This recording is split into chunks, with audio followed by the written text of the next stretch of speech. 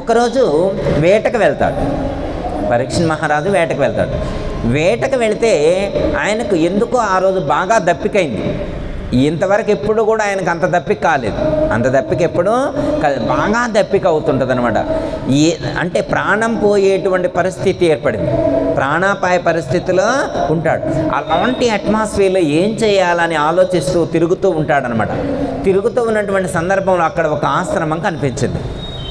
ఆ ఆశ్రమంలో శమీక మహర్షి ఆశ్రమం అది. అక్కడ శమీకుడు అనేటువంటి మహర్షి తపస్సులో నిమగ్నమై ఉన్నాడు. సమాధి స్థితిలో ఉన్నాడు. అతడు సమాధి స్థితిని పొంది ఉన్నాడు. అతనికి బాహ్యస్పృహ లేదు. అలా సమాధి స్థితిలో ఉన్నాడు. పోనీ ఆశ్రమంలో ఎవరైనా పరిచారికలు కానీ సేవకులు కానీ ఎవరు ఉన్నారంటే ఎవరు లేరు. వాళ్ళందరూ కూడా వాళ్ళ అబ్బాయి శృంగి, శమీక మహర్షి యొక్క కుమారుడు శృంగి వాళ్ళందరూ కూడా సమిధలు తీసుకురావడం కోసం వాళ్ళందరినీ, మిగతా ఆశ్రమంలో ఉండే వాళ్ళందరినీ తీసుకొని అడవిలోకి వెళ్ళాడు. ఇప్పుడు ఆశ్రమంలో ఎవరు లేరు. శమీక మహర్షి ఒక్కడే తపస్సు చేసుకుంటూ ఉన్నాడు, ధ్యానంలో ఉన్నాడు, సమాధి నిష్ఠలో ఉన్నాడు. ఈయనకి బాగా దప్పిక అవుతుంది. ఎవరిస్తారు? మంచినీళ్ళు కావాలి, దప్పిక అవుతుంది, ఇవ్వండి అని పెద్దగా అరుస్తుంటాడు. ఒక్కళ్ళైనా నా దప్పిక తీర్చండి, నా ప్రాణాలు కాపాడండి అంటే ఎవ్వరూ అక్కడ పలికేవాళ్ళు లేరు. అప్పుడు వచ్చి శమీక, అంటే ఈయనకు నీళ్ళు ఎక్కడ ఉన్నాయో తెలియదు. అప్పుడు వెళ్ళి శమీక మహర్షిని కదిలిస్తాడు, ఊపితే కదులుతాడా? ఇప్పటి రోజుల్లో వాళ్ళు దోమలతోనే లేస్తారు. ఈ ధ్యానాలు వేరు. ఇప్పుడు వాళ్ళు ధ్యానాలు చేస్తే ఈగ వాళ్ళ ద్వాల వాళ్ళ లేస్తారు. అప్పుడు ఏంటంటే వాళ్ళు కూర్చొని ధ్యానం చేస్తుంటే వాళ్ళ మీద నుంచి పాములు పోయేయట. శాంతాకారం బుద్ధిగా చేయడం వలని ఎందుకు చెప్పారు? దాని అర్థం ఏంటి? పాము మీద పడుకున్నా ప్రశాంతంగా ఉండాలి. అది యోగి లక్షణం అంటే. యోగి లక్షణం అంటే ఏంటి? పాము మీద పడుకున్నా కాదు, పాము పక్కనే ఉన్నా కానీ ప్రశాంతంగా ఉండగలిగేటువంటి సామర్థ్యం మన వల్ల అవుద్దా? అది యోగులకు సాధ్యం. ఇప్పుడు ఈయన శమీక మహర్షి కూడా అంతటి స్థిరమైనటువంటి స్థితిలో ఉన్నాడు, మహాయోగ స్థితిలో ఉన్నాడు. కదిలిస్తే కదిలేట్లేడు. ఈయనకి ఇరిటేషన్ వచ్చింది. ఎవరికి? పరీక్షిత్ మహారాజుకి ఇరిటేషన్ వచ్చి కోపం వస్తుంది అనమాట. ఏం చేయాలో తోచట్లేదనమాట, పిచ్చెక్కినట్టు అవుద్ది అనమాట. అక్కడ పక్కనే ఒక చోట చనిపోయినటువంటి ఒక పాము ఉంటే దాన్ని తీసి ఆ కోపం తీర్చుకోవడం కోసం శమీక మహర్షి యొక్క మెడలో వేసి వెళ్ళిపోతాడు. వెళ్ళిపోయిన తర్వాత కొంచెం దూరం వెళ్ళిన తర్వాత అక్కడ ఒక తటాకం కనిపిస్తే అక్కడ మంచి నీళ్ళు తాగి దాహం తెచ్చుకుంటాడు. దాహం తెచ్చుకున్న తర్వాత అక్కడ కూర్చుంటాడు.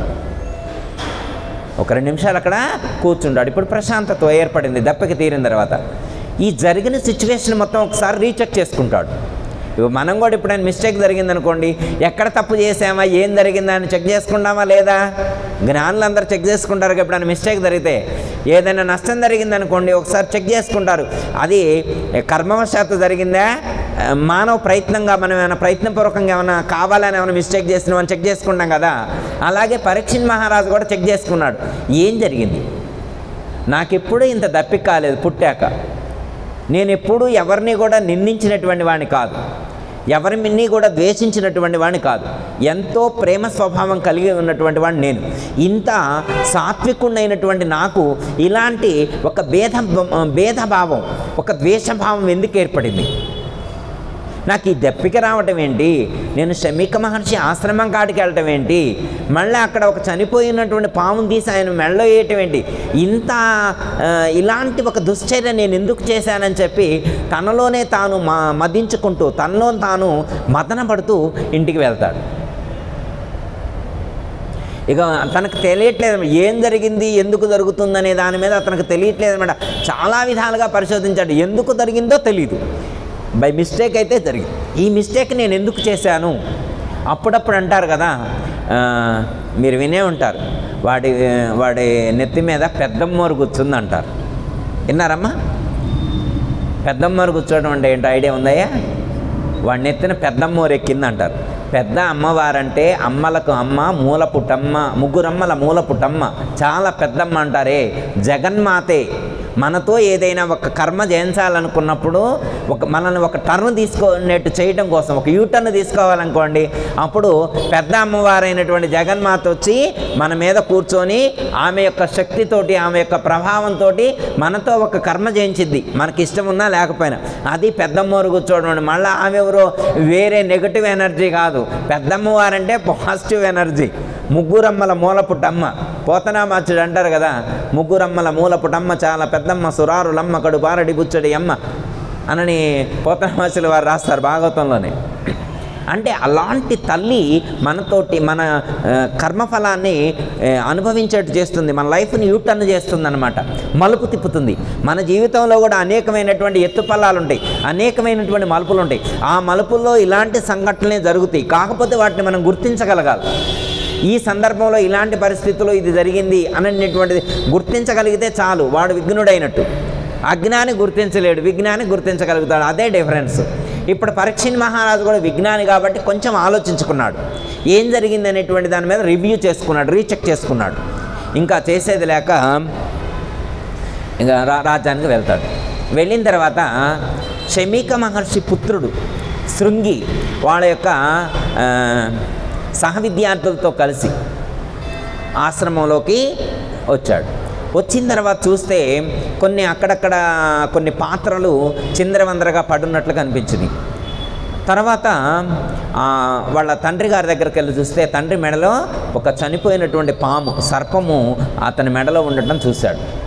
వెంటనే తీసి వెంటనే ఒక నిమిషం ఆగి ఆలోచించాడు, ఏం జరిగింది అనేటువంటి దాన్ని.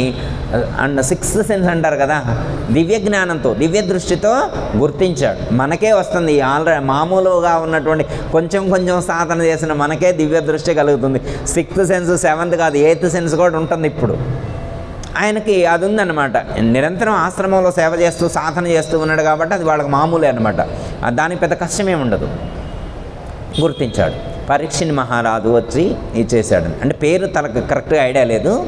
ఆ సందర్భంలో ఒకటే అనుకుంటాడు, ఎవరైతే వచ్చి మా తండ్రి ఇలా ధ్యానమగ్నుడైనటువంటి సందర్భంలో వారి మెడలో ఒక చనిపోయినటువంటి సర్పాన్ని వేసి వారిని అవమానపరిచినటువంటి వ్యక్తి ఎవరైతే ఉన్నారో అతను వారం రోజుల్లో, ఈ దినానికి మళ్ళా 7 రోజులు గడిచే నాటికి అతడు తక్షకుడు అనేటువంటి సర్పము చేత కాటు వేయబడి మరణించుగాక.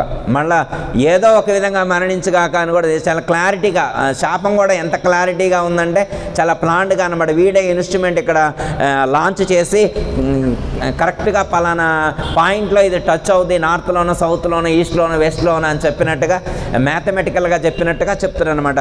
శృంగి కూడా ఏమంటే పలానా రోజు 7 రోజులు గడిచిన పిమ్మట తక్షకుడు అనేటువంటి సర్పము చేత, తక్షకుడికి కొంచెం వైరం ఉందన్నమాట పాండవుల మీద.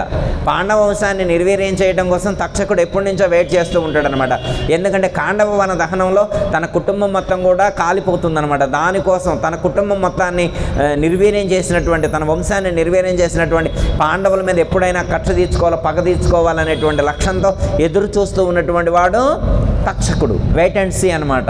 ఆయన ఎదురు చూస్తూ ఉన్నాడు ఎప్పుడు అవకాశం దొరుకుద్దా అని. మరి పాండవులు అంటే మామూల దైవాంశ సంభూతులు, వాళ్ళని ఎవరు టచ్ చేయగలుగుతారు? ఏదో ఇలాంటి బయట నుంచి ఏమన్నా వేరే ఎనర్జీ సపోర్ట్ ఉంటేనే వెళ్ళగలుగుతారు, కానీ వెళ్ళే అంత సామర్థ్యం కానీ ఉన్నటువంటి వాడు కాదు తక్షకుడు. ఇప్పుడు ఆయనకు ఒక ఛాన్స్ వచ్చేసిందనమాట. శృంగి ఒక శాపం పెట్టేశాడనమాట, తక్షకుడి చేత మరణించగాక. తర్వాత తండ్రి ధ్యానంలో నుంచి బయటకు వస్తారు. ధ్యానంలో నుంచి బయటకు వచ్చిన తర్వాత అప్పుడు శృంగి వచ్చి జరిగిన విషయాన్ని చెప్తాడు. ఏం జరిగింది, ఎలా జరిగింది ఏంటంటే అప్పుడు మొత్తం వివరణ రివ్యూ చేస్తే పరీక్షిత్ మహారాజే వచ్చాడని, తనకి ఇలా పరిస్థితి వల్ల దప్పికై ఇరిటేషన్ వచ్చి ఇలా పామును వేశాడు అనే విషయం తెలుస్తుంది. అప్పుడు శమీక మహర్షి కొడుకును పిలిచి చెప్తాడు, అయ్యా పరీక్షిత్ మహారాజు అంటే సామాన్యుడు కాదు, పాండవుల వంశోద్ధారకుడు.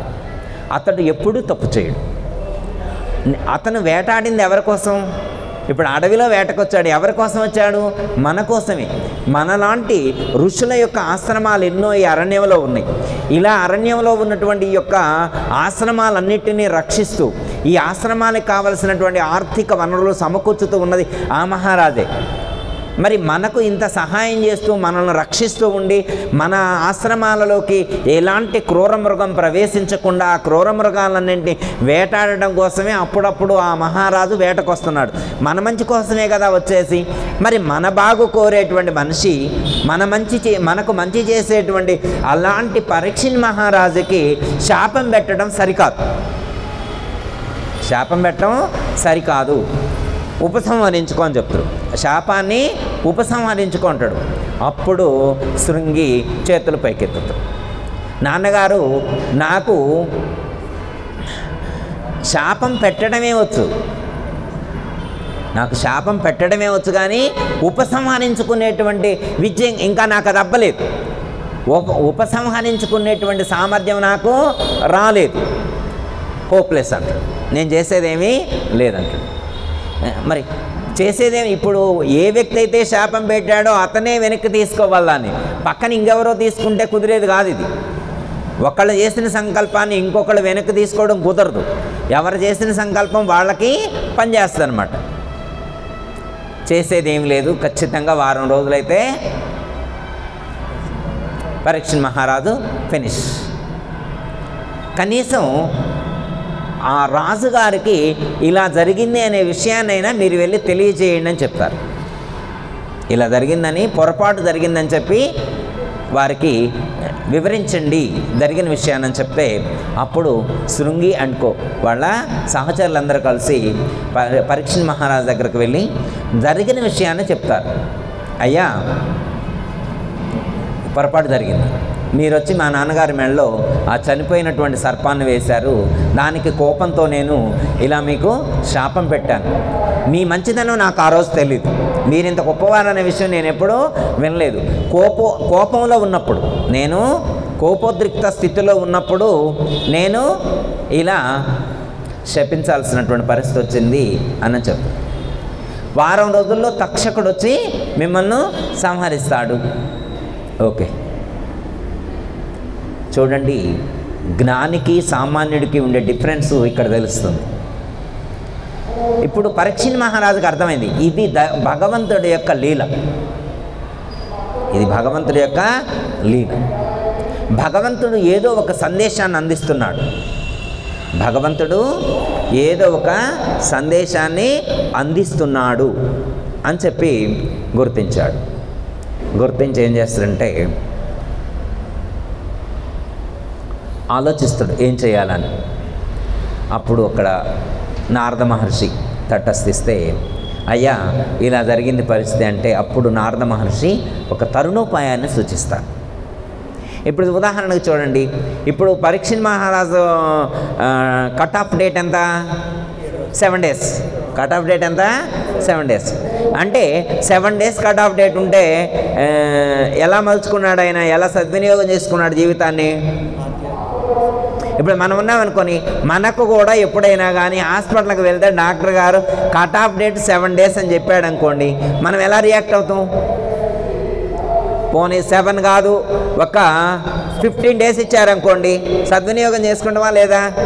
1 month అంటే, 6 months అంటే, 1 year అంటే, 10 years అంటే, 60 years ఇస్తే అదేనండి. అన్ని సంవత్సరాలు ఇస్తారా? అమ్మ 60 ఏళ్ళు ఇస్తారా మనకి పరమాత్మ? ఎవరా? మరి ఇప్పుడు ఇచ్చింది ఎన్ని సంవత్సరాలు? ఎన్ని సంవత్సరాలు ఎవరి? అయ్యా, ఇప్పుడు మనం అనుభవించే ఇన్ని సంవత్సరాల వయసు వారు ప్రొవైడ్ చేస్తే వచ్చినాయే కదా. కాకపోతే వారు ప్రొవైడ్ చేస్తే వచ్చినాయి, కానీ ఎప్పుడు కట్ ఆఫ్ డేట్ ఎప్పుడో తెలియక మనం సరిగా ట్రై చేయట్లా. ఎందుకంటే చాన్నాళ్ళు బతుకుతాం అనే ఓవర్ కాన్ఫిడెన్స్ మంది. మన కాన్ఫిడెన్స్ ఏంటంటే చాన్నాళ్ళు బ్రతుకుతాం అనేటువంటి ఓవర్ కాన్ఫిడెన్స్. ఇప్పుడే ఎందుకులే, ఎవరో చెప్తారు మంత్రం చదువుకో, ఇప్పుడు కాదు, ఇప్పుడు కుదరదులే, ఇప్పుడు ఆడ చదువుతాం, ఇప్పుడు కుదరదులే అంటాడు. మరి ఎప్పుడు చదువుతాం? తర్వాత చదువుతులే, తర్వాత. అసలు అలా ఉంటుంది అన్నమాట పరిస్థితి. మనిషి యొక్క ఆలోచన అలా ఉంటుంది. ఇక ఈ మధ్యకాలంలోనైతే మీరు ఎప్పుడైనా వినే ఉంటారు, భగవద్గీత అనేటువంటిది మీరు ఎప్పుడు విని ఉంటారండి? ఎప్పుడైనా గుళ్ళో ఎప్పుడైనా గీతా జయంతి అప్పుడు వింటారు. లేకపోతే 90% భగవద్గీత వినొస్తుందంటే అక్కడ ఎవరో ఒకళ్ళు పెళ్లి జరుగుతుంటుంది కదండి. పెళ్లి జరిగే కాడ పెడతారా? పెట్టరమ్మ. పెళ్లి జరిగే కాడ అసలు పెట్టరు.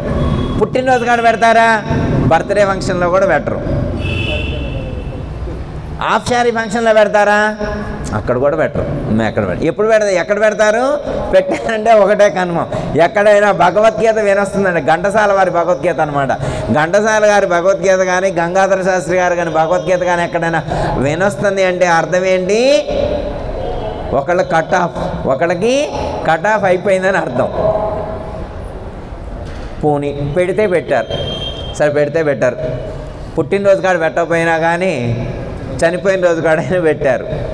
కానీ పుట్టినరోజు కాడ పెట్టాలట, పుట్టినరోజు కాడ పెట్టాలట.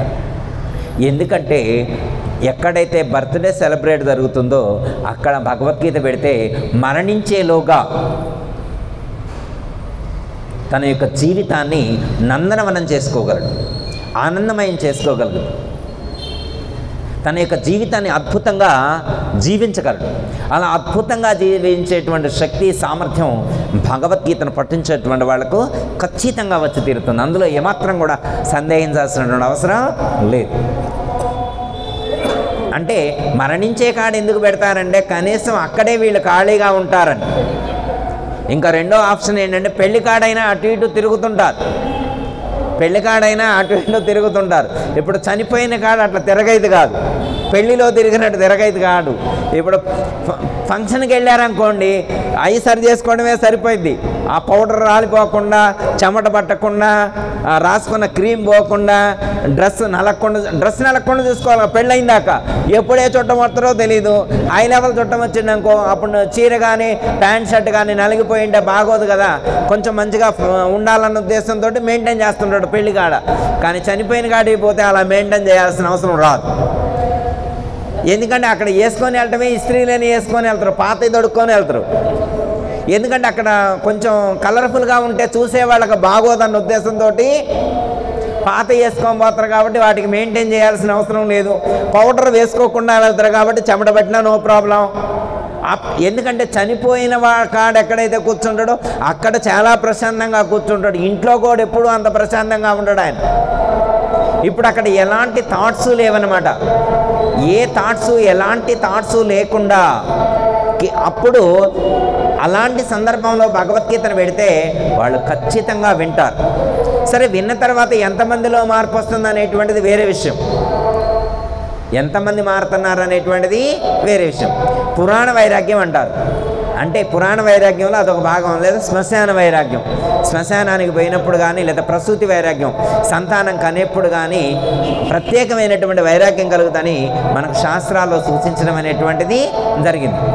ఇప్పుడు చనిపోయే కాడ భగవద్గీత ఎందుకు పెడతారో తెలియదు, కానీ బ్రతికి ఉన్నప్పుడు భగవద్గీత చదివితే మాత్రం చనిపోయేలోగా ఒక మహాత్ముడుగా అవతరించేటువంటి అవకాశం తనకు ఏర్పడుతుంది. ఒక మహాత్ముడుగా మారేటువంటి అవకాశం ప్రతి ఒక్కరికి కూడా ఏర్పడుతుంది. అందులో ఏమాత్రం కూడా మనం సందేహించాల్సిన అవసరం లేదు.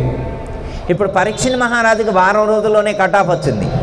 మనకెప్పుడైనా వారం రోజులు కట్ ఆఫ్ వస్తే మనం ఏం చేసుకోవాలో ఒక క్లారిటీ అన్నమాట. నారద మహర్షి చెప్పారు, భాగవత పఠనం చేయమని చెప్పారు. మరి భాగవతం ఎవరు చెప్తారు వారికి అంటే వ్యాస భగవానుడి యొక్క లిఖితమైనటువంటి ఆ యొక్క భాగవతాన్ని శుకమహర్షి బాగా చెప్తారు అని చెప్పి విన్నాడు. వెంటనే శుకమహర్షిని ఆహ్వానించి వారి ద్వారా వారం రోజులు భాగవత శ్రవణం చేయటం అనేటువంటిది జరిగింది. భాగవతం అన్నారు. భాగవతనే భాగవతం, భాగవతం, భాగవతం. భాగవతం అంటే భాగవతం, భాగవతం, భాగవతం అంటే భాగవతం, భాగవతం, భాగవతం అనేటువంటి అర్థం వస్తుందట. ఎవరైతే భాగవతం చదువుతారో వాళ్ళు బాగవుతారట. భా అంటే భక్తి, గా అంటే జ్ఞానము, వా అంటే వైరాగ్యము, తా అంటే తత్వ విచారణ, ము అంటే మోక్షము, ముక్తి. భాగవతాన్ని పఠనం చేసినటువంటి వారికి ఎలాంటి ప్రయోజనం కలుగుతుందంటే భక్తి కలుగుతుంది, జ్ఞానం కలుగుతుంది, వైరాగ్యం కలుగుతుంది, తత్వజ్ఞానం బోధపడుతుంది, మోక్షం ప్రాప్తిస్తుందని చెప్పారు. భాగవతం అనే పదానికి నిర్వచనం చెప్పారు. భక్తి, జ్ఞానము, వైరాగ్యము, తత్వజ్ఞానముతో పాటు మోక్షము ప్రాప్తిస్తుంది అని చెప్పారు. పరీక్షిత్ మహారాజు 7 రోజుల్లో మరణిస్తామంటే దుఃఖించలేదట. వాళ్ళ చుట్టూ ఉన్నటువంటి వాళ్ళు దుఃఖించారు కానీ ఆయన దుఃఖించలేదట. సరే, ఒకవేళ మరణం ప్రాప్తించిందని ఒకవేళ తాత్కాలికంగా ఆ క్షణంలో తాత్కాలికంగా బాధపడినటువంటి సందర్భం, అయ్యో ఇలాంటి పరిస్థితి ఏర్పడింది అని బాధపడినటువంటి సందర్భం. సరే, 7 రోజులు భాగవతం విన్నాడు. 7 రోజులే వినాలంట భాగవతం. ఎన్ని రోజులు వినాలా? 7 రోజులే వినాలి. ఏం గురువుగారు 10 రోజులు వినకూడదన్న? 10 రోజులు వినడానికి 10 రోజులు లేవట, మనకి 7 రోజులే ఉన్నాయట. అదేంటి గురురాజు మాకు ఇన్ని సంవత్సరాలు వస్తే 7 రోజులు అంటారంటే 7 వారాలు వినాలన్నారు. ఎన్ని వారాలు? 7 వారాలు. ఆదివారము, సోమవారము, మంగళవారము, బుధవారము, గురువారము, శుక్రవారము, శనివారం, ఇంతే. ఎందుకని ఇంకో వారం వినటానికి లేదు, ఉన్నాయే 7 వారాలు. మళ్ళీ వస్తే ఆదివారం ఆల్రెడీ చెప్పుకున్నాం కదా. కొన్ని మీకు చెప్తారనమాట, కొన్ని పాములు పక్కపడతాయంట. అది ఎప్పుడు కరవకుండా ఉంటుందని ఒక ఆయన అడిగిండంట. అడిగితే వారం లేని రోజున కరవదంట. అది ఏ రోజు కరవదు? అది వారం లేని రోజున అది కరవదట. మరి వారం లేని రోజు ఎప్పుడు ఉంటుందో చెప్పండి. ఆ రోజు అది కరవకుండా ఉంటుంది. ఓకే, భాగవత సప్తాహం జరుపుతారు ఎక్కడైనా కానీ. భాగవత సప్తాహం అంటే 7 రోజులు. అంటే మనకున్నటువంటి ఈ 7 రోజులు ఆదివారం కానీ, సోమవారం కానీ, మంగళవారం కానీ, బుధవారం కానీ, గురువారం కానీ, శుక్రవారం కానీ, శనివారం, ఈ 7 వారాల్లో ఏ రోజు కూడా మనం దుర్వినియోగం చేసుకోకూడదు. ఈ 7 రోజులను కూడా సద్వినియోగం చేసుకోవాలి అని చెప్పారు. అంటే ఏంటర్థం? ప్రతిరోజు కూడా మన యొక్క సమయాన్ని సద్వినియోగం చేసుకోవాలి అని సూచించేటువంటిది. ఓకే, అర్థమైంది కానీ. ఇప్పుడు శ్రీరామచంద్రమూర్తి దుఃఖిస్తే ఏం ఏర్పడింది? యోగ వాసిష్టం. అర్జునుడు దుఃఖిస్తే భగవద్గీత. పరీక్షిత్ మహారాజు దుఃఖిస్తే భాగవతం. ఓకే, అంటే ఒక మహాత్ముడు దుఃఖిస్తే ఈ లోకానికి మేలు కలిగింది. అంటే మహాత్ముల దుఃఖం కూడా గొప్ప ప్రయోజనాన్ని కలిగిస్తుంది లోకానికి. మరి మనం కూడా ఏడుద్దాం, ఏమైనా మేలు జరిగిద్దాం. మనం ఏడిస్తే మేలు జరుగుద్దా? ఏడిస్తే మేలు జరుగుద్దా? అంటే మేలు జరిగే దానికోసం ఏడిస్తే మేలు జరుగుద్ది. మేలు జరగాలని ఏడిస్తే మేలు జరిగింది. రామకృష్ణ పరమహంస అలాంటి మేలును కాంక్షించి దుఃఖించారు కాబట్టి అమ్మవారి యొక్క దర్శనమైంది. అమ్మవారి యొక్క దర్శనమైంది కాబట్టి అపారమైనటువంటి జ్ఞానాన్ని సంపాదించుకున్నాడు. అలాంటి జ్ఞానాన్ని వివేకానంద స్వామికి అందించగలిగారు. అలాంటి వివేకానంద స్వామికి అందించినటువంటి జ్ఞానం యావత్ ప్రపంచం మొత్తాన్ని కూడా ఒక్కసారి ఉలిక్కిపడేట్టుగా చేసింది. భారతదేశం యొక్క కీర్తి పతాకాన్ని ప్రపంచం మొత్తానికి చాటి చెప్పింది. చికాగో నగరంలో జరిగినటువంటి సభలో స్వామి వివేకానంద చేసినటువంటి సింహ గర్జన అంటారు. ఏమంటారు వారు చేసిన ఉపన్యాసాన్ని? సింహ గర్జన. సింహం గర్జిస్తే అడవిలో ఉన్నటువంటి చిన్న చిన్న జంతువులన్నీ కూడా ఎలా పారిపోతాయో, వివేకానంద స్వామి చికాగోలో ఆ సభలో సింహ గర్జన చేసినప్పుడు ప్రపంచం మొత్తం కూడా ఒక్కసారి ఆ సింహ గర్జన ముందు ఉలిక్కిపడిందన్నారు. అంత అద్భుతంగా వారు మరి ప్రసంగం చేశారు. ఎలా వచ్చింది ఆ జ్ఞానం? రామకృష్ణ పరమహంసకి ఎక్కడి నుంచి వచ్చింది? అమ్మవారి యొక్క అనుగ్రహంతో. అంటే రామకృష్ణ పరమహంస అమ్మవారి కోసం దుఃఖిస్తే వివేకానందుడు పుట్టాడు ఆ జ్ఞానంలో నుంచి. మనం కూడా రోజు కాసేపు ఏడుద్దాం. మనం కూడా అర్జునుడు ఏడ్చినట్టు, శ్రీరామచంద్రుడు ఏడ్చినట్టు, పరీక్షిత్ మహారాజు ఏడ్చినట్టు, రామకృష్ణ పరమహంస ఏడ్చినట్టు మనం కూడా ఎందుకు ఏడవాలా? లోక కళ్యాణం కోసం దుఃఖించాలి. దేనికోసం దుఃఖించాలి? లోక కళ్యాణం కోసం దుఃఖించాలి. ఇక్కడ 2వ అధ్యాయంలో 11వ శ్లోకంలో శ్రీకృష్ణ పరమాత్మ ఏమని చెప్తున్నంటే, ఓ అర్జున అసోస్య నన్వచోచస్వం ప్రజ్ఞావాదాంశ భాససే గతాసుంచ నానుశోచంతి పండితాః. పండితాహ అనే పదాన్ని ప్రయోగించారు. పండితుడైనటువంటి వాడు. పండితుడు అంటే మళ్ళీ ఆయన మంత్రాలు చదువుతారండి, గురువు గారిని మంత్రాలు చదివే ఆయన దేశ రావద్దు అన్నారు. ఇక్కడ మంత్రాలు చదివే పాండిత్యం ఉన్నటువంటి వాళ్ళని కూర్చు చెప్పట్లా. అది తక్కువని కాదయ్యా, మంత్రాలు చదవటం కూడా గొప్ప విద్య, అది ఒక విద్య. కాకపోతే ఇక్కడ శ్రీకృష్ణ పరమాత్మ పండితుడు అనే శబ్దానికి ఇచ్చినటువంటి నిర్వచనం వేరు. పండితుడు అనే శబ్దాన్ని మధ్య మధ్యలో ప్రయోగిస్తారు. ఆ పండితుడు అనేటువంటి పదాన్ని నిర్వచించినటువంటి సందర్భం వేరు, వారిచ్చిన నిర్వచనం వేరు, ఆ ఎసెన్స్ వేరు. దాన్ని గుర్తించాలి. ఎవరైతే దుఃఖించవలసిన దానికోసం మాత్రమే దుఃఖిస్తారో, ఎవరైతే దుఃఖించకూడనటువంటి దానికోసం దుఃఖించకుండా అవసరమైనటువంటి దానికోసమే దుఃఖించి ఎవరైతే తమ యొక్క జీవితాన్ని ధన్యం చేసుకుంటారో వారు పండితులు అని చెప్పారు. అంటే 2 విషయాలు చెప్తున్నారు. ఎవరి కోసం దుఃఖించకూడదు అంటే 2 క్వశ్చన్స్ అనమాట. 2 విషయాలు ఇక్కడ ప్రజెంట్ చేస్తారు పరమాత్మ. ఆ 2 విషయాలను జస్ట్ ఒక టచ్ చేసుకొని క్లోజ్ చేసుకుందాం. ఏంటంటే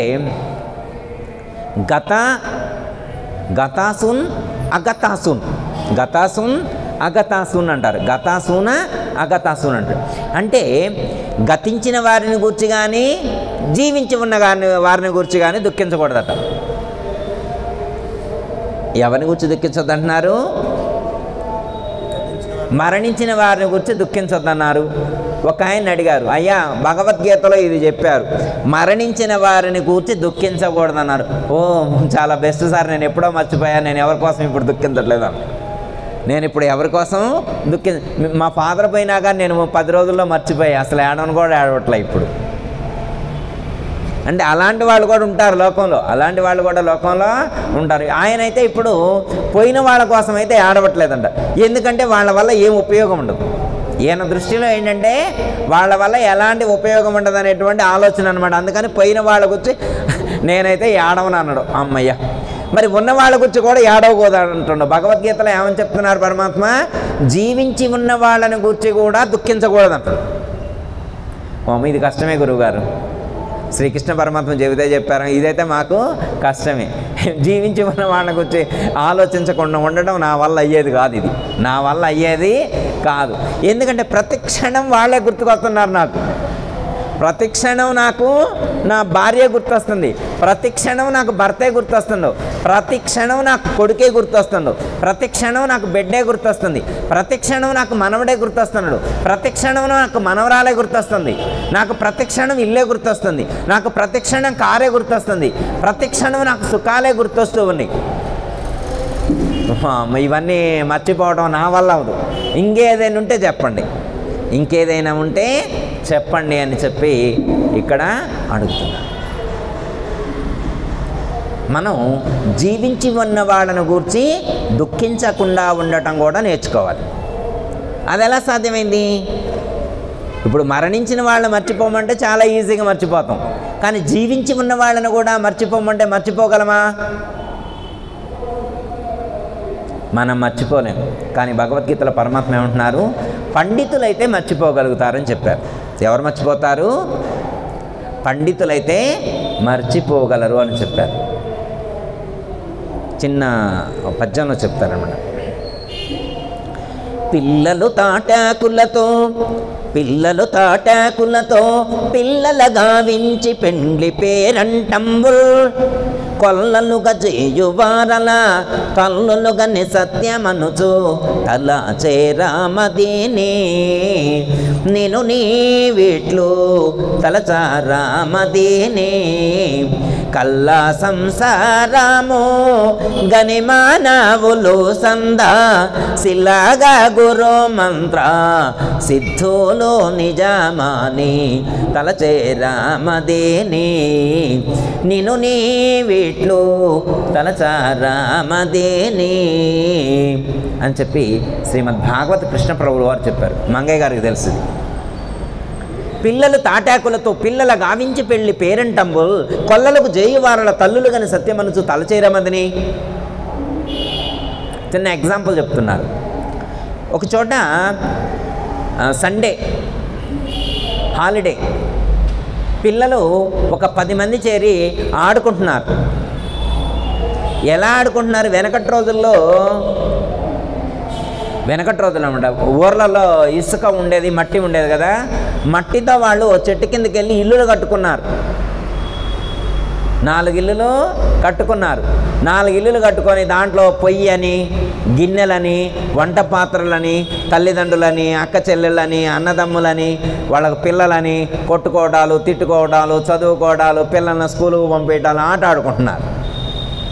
తల్లిదండ్రులందరూ పనులు చేసుకొని వచ్చి ఆ చెట్టు కింద కుర్చీలు వేసుకొని కూర్చున్నారు. పిల్లలు ఆడుకుంటుంటే తల్లిదండ్రులు వచ్చి కుర్చీలు వేసి కూర్చొని చూస్తున్నారు, కుర్చీలు వేసుకొని కూర్చొని చూస్తున్నారు.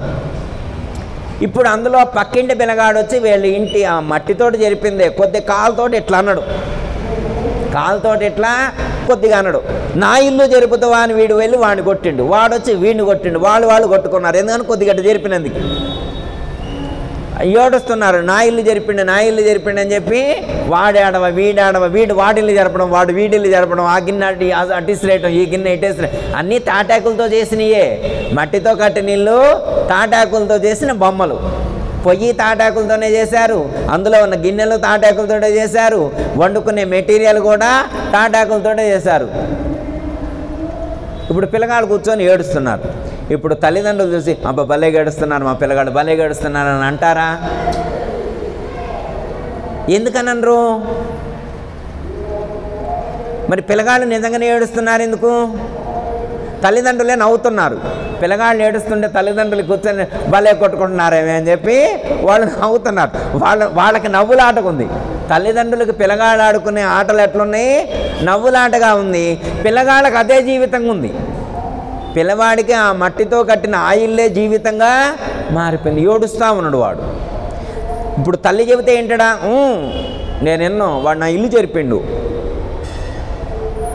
మా గోడ పడగొట్టిండు, మా గేటు పడగొట్టిండని ఏడుస్తున్నాడు. అసలు వాడు గేట్ ఆడిదాడ మట్టితో కట్టిందేనా ఇల్లు? తాటాకుతో కట్టిన గేట్ అయినా తాటాకు పొల్లో ఒకటి నిలబెట్టిండు, అది గేట్ అంటండి. ఏడుస్తున్నాడు. తల్లిదండ్రులు నవ్వుతున్నారు. తల్లిదండ్రులు దాని గురించి పట్టించుకోవాలి. కాసేపు అయిన తర్వాత వాళ్ళు ఇంట్లోకి వెళ్ళారు. తల్లిదండ్రులు ఇంట్లో, పిల్లగాళ్ళు కూడా కాసేపు ఎంతసేపు ఆడుకుంటారమ్మ పిల్లగాళ్ళు ఆడుకునేది ఎంతసేపు అంటే ఆకలైందాకనే. పిల్లగాళ్ళు ఎంతసేపు ఆడుకుంటారంటే దప్పికైందాక ఆకలైందాకనే ఆడుకుంటారనమాట. ఇక ఆకలి అవుతుంది. ఆకలి అయితే ఆట ఉంటుందా? ఇప్పుడు అందరూ ఒకటయ్యారు. పిల్లగాళ్ళు అందరూ ఒకటే ఆ ఇల్లులు ఈ ఇల్లులు అన్నీ జరిపారు. ఆ గిన్నెలు అవన్నీ అందరు కలిసి పారేశారు. ఇప్పుడు పిల్లలు ఆడుకుంటూ నవ్వుకుంటూ ఇంట్లోకి వెళ్ళారు. మరి ఇందాక ఏడ్చిన ఏడుపు ఏమైంది? ఇందాక కొంచెం మట్టి ఎట్లా అంటేనే ఏడ్చిండే, ఇప్పుడు అందరు కలిసి పడేశారుగా. అంటే వాడికి ఆ ఇంటి మీద మమకారం ఉన్నంతసేపు ఏడ్చిండు. ఎంతసేపు ఏడ్చిండు? అది విలువైనదని భావించినంతసేపు ఏడ్చిండు. ఇప్పుడు వాడు ఏడవట్లేదు, నవ్వుతున్నాడు. ఎందుకంటే వాడికి కూడా అది అవసరం లేదు. ఇప్పుడు వాడికి కూడా అది విలువ లేదని ఇప్పుడు అర్థమైంది. ఇప్పుడు వాడికి అవసరం లేదు కాబట్టి ఇప్పుడు వాడు దానికోసం ఏడవట్లా. కానీ తల్లిదండ్రులకు ముందే తెలిసింది. వాడు ఏడ్చినప్పుడు కూడా తల్లిదండ్రులు నవ్వుతూనే ఉన్నారు. ఇది అర్థమైంది కదా? పిల్లలు ఆడుకుంటే తల్లిదండ్రులు చూసి నవ్వుతారు. అదే ఇందులో చెప్పారు. పిల్లలు తాటాకులతో పిల్లల గావించి పెండి పేరంటంబుల్ కొల్లలుగా చేయువారల తల్లులుగా నిసత్యమనుచు తల చేరామదేనే నిను నీవిట్లు తలచారామదేనే కల్లా సంసారము గని మానవులు సంతా సిల్లాగా గురు మంత్ర సిద్ధులో నిజమానే తలచేరామదేనే నిను నీవిట్లు తలచారామదేనే. అంటే పిల్లల యొక్క ఆటలు వాళ్ళ చేష్టలు చూసి తల్లిదండ్రులు ఎలా ఫీల్ అయ్యారో మనం ఆడేటువంటి ఈ ఆటలు కూడా చూసి, మనం ఆడే ఆటలో జగన్నాటకం, మనం ఆడే ఆట ఏంటి? జగన్నాటకంలో మనము ఒక క్యారెక్టర్ చేస్తున్నాం. మన పిల్లగాళ్ళ ఆటలో ఎట్లా తల్లిదండ్రులు అక్క చెల్లెలు అన్నదమ్ములు ఉన్నారో మన ఆటలో కూడా ఇందులో కూడా తల్లిదండ్రులు అక్క చెల్లెళ్ళు అన్నదమ్ములు ఇవన్నీ కూడా ఉన్నాయి. కానీ అక్కడ పిల్లలు ఏడుస్తుంటే తల్లిదండ్రులు నవ్వారు కదా, అలాగే మనం ఇక్కడ ఏడుస్తుంటే మనకంటే పైన ఉన్నటువంటి మహాత్ములు గురుమంత్ర సిద్ధులు అన్నారు, యోగులు, జ్ఞానులు, సద్గురువులు, ఋషులు, వాళ్ళు మనల్ని చూసి నవ్వుతారట. ఎందుకు? కల్లా సంసారాము గనిమానావులు సంత శిలాగా గురు మంత్ర సిద్ధులు నిజమానే తలచేరామదేనే. అసలు వాళ్ళు యోగులైనటువంటి వాళ్ళు వీళ్ళ గురించి కొంచెం కూడా ఆలోచించరట. వీళ్ళు ఎట్లా అంటే, ఒక ఆయనకి లాటరీ కలిసి వచ్చింది, 5 లక్షలు వచ్చినాయి. వెళ్ళి ఒక మహాత్ముడికి చెప్పిండు, స్వామి స్వామి స్వామి నాకు 5 లక్షలు వచ్చినాయని స్వీట్ ప్యాకెట్ తీసుకొచ్చి ఇచ్చిండు. అక్కడ పెట్టిన ఆయన అమ్మవారి దగ్గర పెట్టాన్నాడు. సరే ఇంకొక ఆయన, గురువుగారు నాకు నష్టం వచ్చింది, 4 లక్షలు నష్టపోయాను, ఈ సంవత్సరం పంట పండలేదని ఏడ్చుకుంటూ వచ్చింది. అయితే ఒకడు ఏడ్చినా కానీ ఒకడు నవ్వినా కానీ ఆ మహాత్ముడికి చలనం లేదు, స్పందన లేదు, దేన్ని కూడా అతను రిసీవ్ చేసుకోవట్లేదు. ఎందుకంటే వాడు దాన్ని విడిచిపెట్టాలి, దీన్ని విడిచిపెట్టాలి. అందరూ కూడా ఈ ప్రపంచంలో ఉన్నటువంటి వాళ్ళందరూ కూడా అన్నిటినీ విడిచిపెట్టి వెళ్ళవలసిందిలే. ఇందులో ఏది కూడా మన వెంట వచ్చేటువంటిది లేదు. ఇందులో మన వెంట ఏది కూడా వచ్చేటువంటిది లేదు. ఎలాంటిది అంటే కళ్ళ సంసారము, ఇది కళ లాంటిది అని చెప్పారు. ఎలాంటిది? కళ లాంటిది అన్నారు. కళ లాంటిది. కళ ఎంతసేపు ఉంటుంది? కళ ఎంతసేపు ఉంటుంది?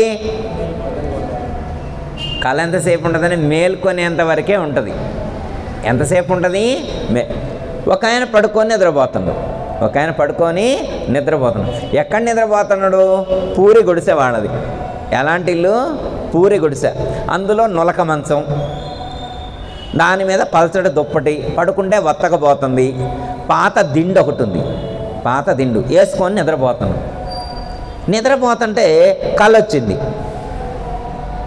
నిద్రపోతుంటే కళ వచ్చింది. ఏం కళ ఏమొచ్చింది? ఈయన బిల్ గేట్స్ కొడుకుగా పుట్టినట్టు కళ వచ్చింది. ఎవరికి కొడుకుగా పుట్టిండు? ఎవరమ్మా? Bill gates. ప్రపంచ ధనవంతుడికి కొడుకుగా పుట్టినకి కళ వచ్చింది. ఇక చూడండి, కళ కనడానికి పెట్టుబడి ఏమి లేదు కమ్మా. దానికి ఏమన్నా రూల్స్ ఉన్నాయా? ఏ కళలో నువ్వు కోటీశ్వరవు కాకూడదు, నువ్వు పేదగానే కళలు కనాలని అట్లేం రూల్ లేదు కదా. పేదవాడు రిచ్గా కూడా కళ కనొచ్చుగాయా. ఆయనకి బిల్ గేట్స్కి కొడుకుగా పుట్టినట్టు కళ వచ్చింది. ఈయన వెళ్తూ ఉంటే, ఈ కొడుకు వెళ్తూ ఉంటే ముందల 10 కార్లు, వెనక 10 కార్లు, మధ్యలో ఈయన కారు. దాసీన పరిహారంతో ఎన్నో లగ్జరీ ఎంటర్టైన్మెంట్ పొందుతూ ఉన్నాడు. అట్లా చాలా సంవత్సరాలు గడిచినాయి, ఎంజాయ్ చేస్తున్నాడు అనమాట. ఇట్లా హ్యాపీ ఉందన్నమాట. కళ మొత్తం కూడా హ్యాపీగా కొనసాగుతూ ఉంది. ఇలా కొనసాగుతూ ఉన్న తరుణంలో అంటే వర్షం వస్తుంది, మామూలుగా బయట వర్షం వస్తుంది.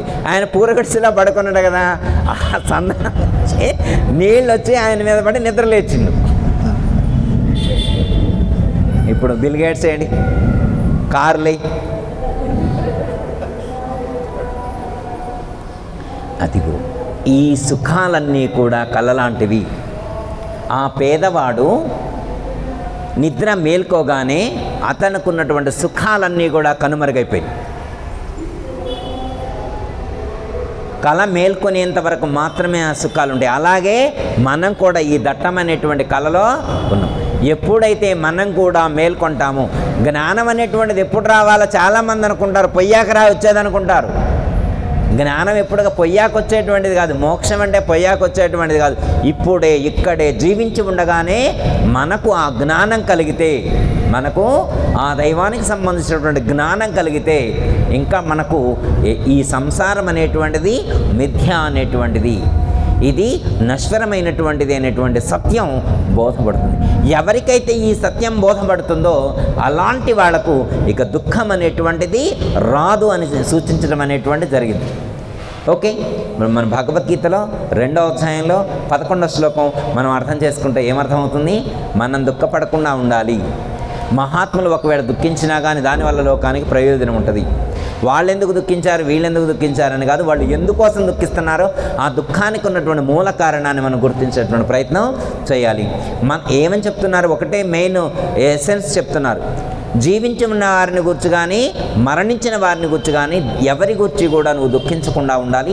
ఇదే పండితుడి యొక్క లక్షణము అని చెప్పి శ్రీకృష్ణ పరమాత్మ మనకు సూచించడం అనేటువంటి జరిగింది. మనం కూడా అలాంటి జ్ఞానంతో దుఃఖాన్ని అధిగమించేటువంటి ప్రయత్నం చేద్దాం. అలాంటి శక్తిని, సామర్థ్యాన్ని, బుద్ధిబలాన్ని ప్రసాదించమని ఆ పరమాత్మను ప్రార్థిస్తూ సెలవు. జయ తల సద్గురు ప్రభు మహారాజుకు జై. శ్రీకృష్ణ పరమాత్మకు జై. గీతామాతాకు జై. శ్రీ కళ్యాణ తిరుపతి వెంకటేశ్వర స్వామి వారికి జై. జయ తల సద్గురు ప్రభు మహారాజుకు అందరికీ జై గురు. మరిన్ని ఆధ్యాత్మిక రహస్యాల కోసం అచల బోధ, ఆత్మబోధ, భగవద్గీత, అలాగే పండుగల్లో దాగిన అర్థాలు, అంతరార్థాల కోసం మరియు యోగము, ధ్యానము మొదలైన అనేక ఆధ్యాత్మిక తెలుగు ప్రవచనాల కోసం క్రింద ఉన్నటువంటి రెడ్ కలర్ సబ్స్క్రైబ్ బటన్ను క్లిక్ చేయండి. అలాగే ప్రక్కనే ఉన్నటువంటి గంట సింబల్ను నొక్కండి. అలాగే ఈ వీడియో మీకు నచ్చినట్లయితే లైక్ చేయండి మరియు షేర్ చేయండి. జై గురు.